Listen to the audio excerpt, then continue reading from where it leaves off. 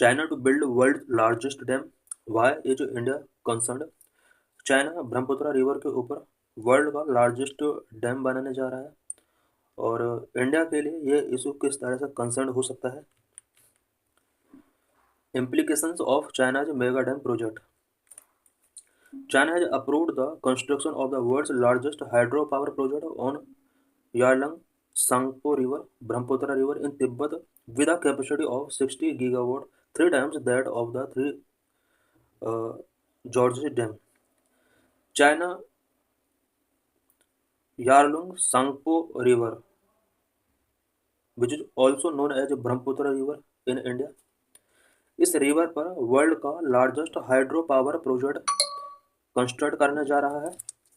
इसकी capacity about 60 gigawatt के equal होगी, जो कि इसके द्वारा बनाए गए थ्री जॉर्जेस डैम का 3 टाइम्स हो सकता है। It's approval was granted on 25 December 2024। Last year 25 दिसंबर को इसको अप्रूवल दिया गया। Brahmaputra river flow into Arunachal Pradesh as Siang, into Assam as the Brahmaputra, and then into Bangladesh before reaching the Bay of Bengal. Brahmaputra river जैसे अरुणाचल प्रदेश में enter करती है, वहाँ पर इसको सियांग नेम से जाना जाता है। आसाम में जैसे ही एंटर करती है, इसको ब्रह्मपुत्र नेम से जाना जाता है, और इसके बाद ये बांग्लादेश में एंटर करती है और बांग्लादेश के बाद बे ऑफ बंगाल में एंटर करती है। The project is expected to have a significant impact on ecology, the livelihood, the water availability for millions downstream. China के द्वारा जो प्रोजेक्ट इस्टेब्लिश किया जा रहा है, इस प्रोजेक्ट की वजह से डाउन स्ट्रीम कंट्रीज के मिलियन ऑफ पीपल्स के लिए उनका लाइवलीहुड यहाँ पर इम्पैक्ट हो सकता है। उनके लिए वाटर अवेलेबिलिटी से रिलेटेड प्रॉब्लम हो सकती है और इन एरियाज की इकोलॉजी भी सिग्निफिकेंटली इम्पैक्ट हो सकती है। India has consistently expressed its concern to China about such projects, emphasizing the need for transparency and consultation to protect downstream states' interest. India ने चाइना के इन प्रोजेक्ट के अगेंस्ट अपने concern consistently express किए हैं और इंडिया ने emphasise किया है कि इस तरह के प्रोजेक्ट से related transparency and consultation China को डाउन स्ट्रीम स्टेट के इंटरेस्ट के साथ करना चाहिए। Taming the rogue river, this is graphical representation of Brahmaputra river. Brahmaputra is a transboundary Himalayan river basin spanning 4 European countries. Brahmaputra transboundary Himalayan river है, अबाउट 4 कंट्रीज में ये spread होता है। This map shows its flow from Tibetan Autonomous Region in China through Bhutan and India into Bangladesh. Brahmaputra river का जो flow होता है वो चाइना के तिब्बतन ऑटोनोमस रीजन से स्टार्ट होता है, उसके बाद ये भूटान में एंटर करती है, इसके बाद ये इंडिया के अंदर एंटर करती है और इंडिया के बाद बांग्लादेश में एंटर करती है, बांग्लादेश के बाद बे ऑफ बंगाल में ड्रेन होती है। What is Yarlung Tsangpo project? Yarlung Tsangpo project के बारे में कुछ पॉइंट्स हम यहाँ पे डिस्कस करेंगे। The Yarlung Tsangpo hydro power project is planned at great bend of river in Medog country Tibet, where it makes a U turn before entering Arunachal Pradesh. Yarlung Tsangpo hydro power project इस river के great bend यानी Tibet में ये project है, जहाँ पर अरुणाचल प्रदेश में enter करने से पहले ये रिवर यू टर्न टेकिंग करती है। The project is part of China's 14th 5-year plan 2021-2025।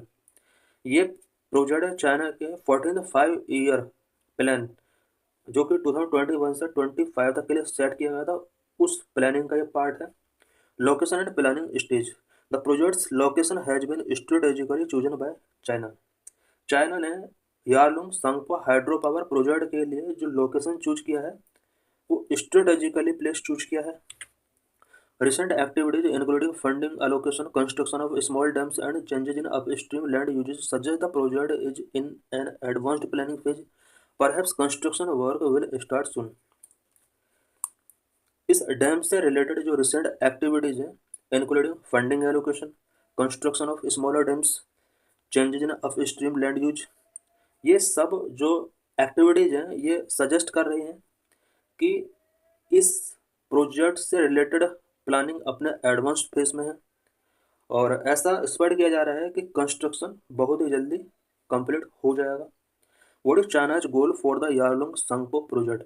Yarlung Tsangpo project को लेकर चाइना के क्या गोल्स हैं? To reduce reliance on conventional energy sources and to achieve net zero carbon neutrality by 2060।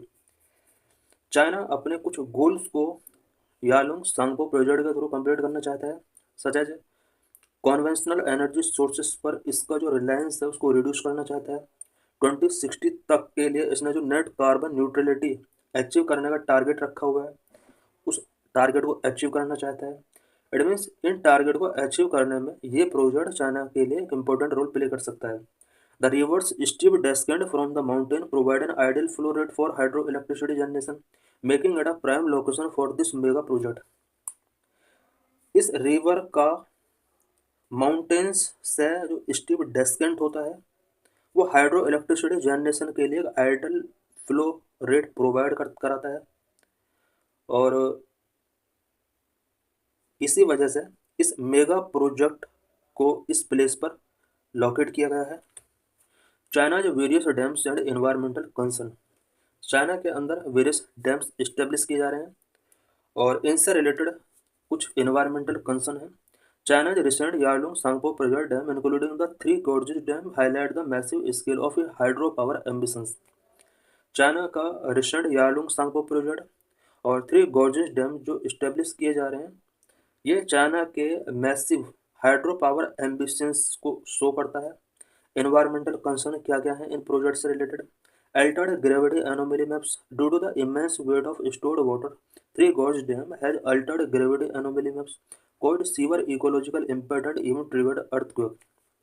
Three gorge dam के through जो water store किया गया है इसकी वजह से ग्रेविटी एनोमली मैप्स अल्टर हुए हैं और इसकी वजह से सीवर इकोलॉजिकल इम्पैक्ट्स शो हुए हैं और इसकी वजह से बहुत सारे अर्थक्वेक्स इस रीजन के अंदर शो हो सकते हैं। Displacement of people, over a million people were displaced due to changes in river morphology. River morphology में चेंज की वजह से 1 मिलियन से ज़्यादा पीपल यहाँ पर डिस्प्लेस हुए हैं। Challenges for downstream regions, the Yarlung Tsangpo project कुछ exacerbated environmental and social risk on a larger scale posing significant challenges for downstream region. Yarlung Tsangpo project कुछ एनवायरमेंटल एंड सोशल रिस्क को exacerbate कर सकता है जिसकी वजह से डाउनस्ट्रीम रीजन के अंदर सिग्निफिकेंट चैलेंजेस यहाँ पर पोज हो सकते हैं। What are concern for India related to China's project? China के इस प्रोजेक्ट से रिलेटेड इंडिया के क्या क्या कंसर्न है? Number 1 impact on water flow to India, number 2 earthquake prone and fragile ecology, number 3 interruption of silt and biodiversity, concern over China's cooperation and coordination. Impact on water flow to India. The proposed dam could significantly affect water flow from China to lower riparian state India, as most of water in Brahmaputra system originate in Tibet. जो dam China ने propose किया है ये lower riparian state के अंदर water flow को effect कर सकता है, सच एज इंडिया के अंदर वाटर फ्लो को कहीं ना कहीं ये एफेक्ट कर सकता है और इस रिवर के अंदर मोस्ट ऑफ जो वाटर आता है वो तिब्बत रीजन से आता है। Any alteration in water flow को disrupt water availability and agriculture in India. Water flow में किसी भी टाइप का चाइना के द्वारा इस प्रोजेक्ट के थ्रू अगर अल्ट्रेशन किया जाता है तो इंडिया में एग्रीकल्चर के लिए वाटर अवेलेबिलिटी इससे डिसरप्ट हो सकती है। Number 2 earthquake prone and fragile ecology, this region is one of the most ecology fragile and earthquake prone zone in world. ये जो रीजन है जिस प्लेस पर ये डैम इस्टेब्लिश किया जा रहा है ये ecologically fragile and earthquake prone zone है। A large dam in this zone increase the risk of catastrophic events. इस जोन में लार्ज डैम अगर बनाए जाते हैं तो ये कैटास्ट्रोफिक इवेंट्स के लिए रिस्की हो सकता है। Number 3 interruption of silt and biodiversity, Large dams often block the flow of silt, which are essential for agriculture and cause changes in river flow, adversely affecting local biodiversity. Large dam जब establish किए जाते हैं तो इसके through silt का flow block होता है। Silt जो कि एग्रीकल्चर के लिए एक एसेंशियल कंपोनेंट होता है, और रिवर फ्लो में अगर किसी भी टाइप का चेंज होता है तो इससे लोकल बायोडाइवर्सिटी भी एडवर्सली अफेक्ट होती है। This disruptions could have long term agricultural and ecological consequence for the region. इस तरह के डिसरप्शंस अगर चाइना के द्वारा इस्टेब्लिश किए जाने वाले डैम के थ्रू होते हैं तो इससे long term agricultural and ecological consequence होते हैं। Concern over China's cooperation and coordination. To prevent disasters, effective coordination and real-time exchange of information between countries are crucial. Disasters को प्रिवेंट करने के लिए कंट्रीज के बीच में effective coordination real time exchange of information बहुत ही नेसेसरी होता है। China is reluctance to cooperate with lower riparian state like India. China lower riparian state like India के साथ कोऑपरेट करने के लिए रिलक्टेंस शो कर रहा है। इट मीन्स वो कोऑपरेट नहीं करना चाहता है। Similar concern have been observed in the Mekong river basin where China's 12 large dams have negatively impacted downstream nations such as India and Bangladesh. China ने मेकोंग रिवर बेसिन में भी about 12 large dam establish कर रखे हैं। इन dams की वजह से downstream nations such as India and Bangladesh के अंदर नेगेटिवली इम्पैक्ट शो हुए हैं। What are existing coordination mechanism on trans boundary rivers between India and China. India और चाइना के बीच में ट्रांस बाउंड्री रिवर्स हैं,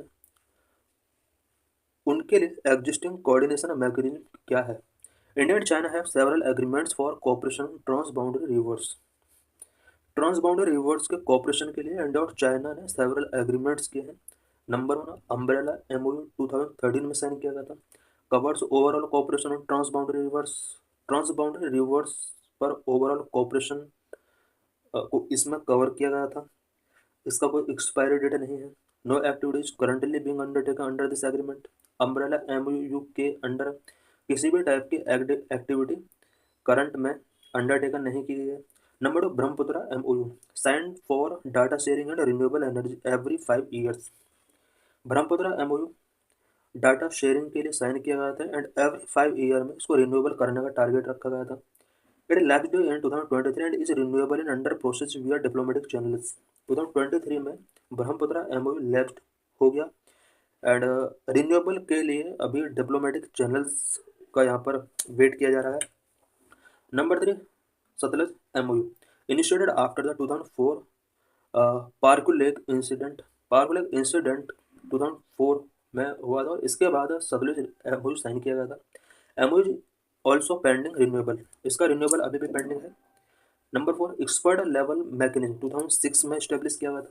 facilitated annual meeting between India and China to discuss trans boundary river issues. Trans boundary river issues को discuss करने के लिए 2006 में एनुअल मीटिंग इंडिया और चाइना के बीच में फैसिलिटेट करने के लिए एक्सपर्ट लेवल मैकेनिज्म स्टेब्लिश किया गया था। What is international framework. Rivers trans boundary rivers के मैनेजमेंट के लिए इंटरनेशनल फ्रेमवर्क क्या है। 1997 UN convention on law of the non navigational uses of international watercourses. International watercourses का non navigational uses के लिए कौन सा लॉ है, specially UN conventional law of the non navigational uses of international water course.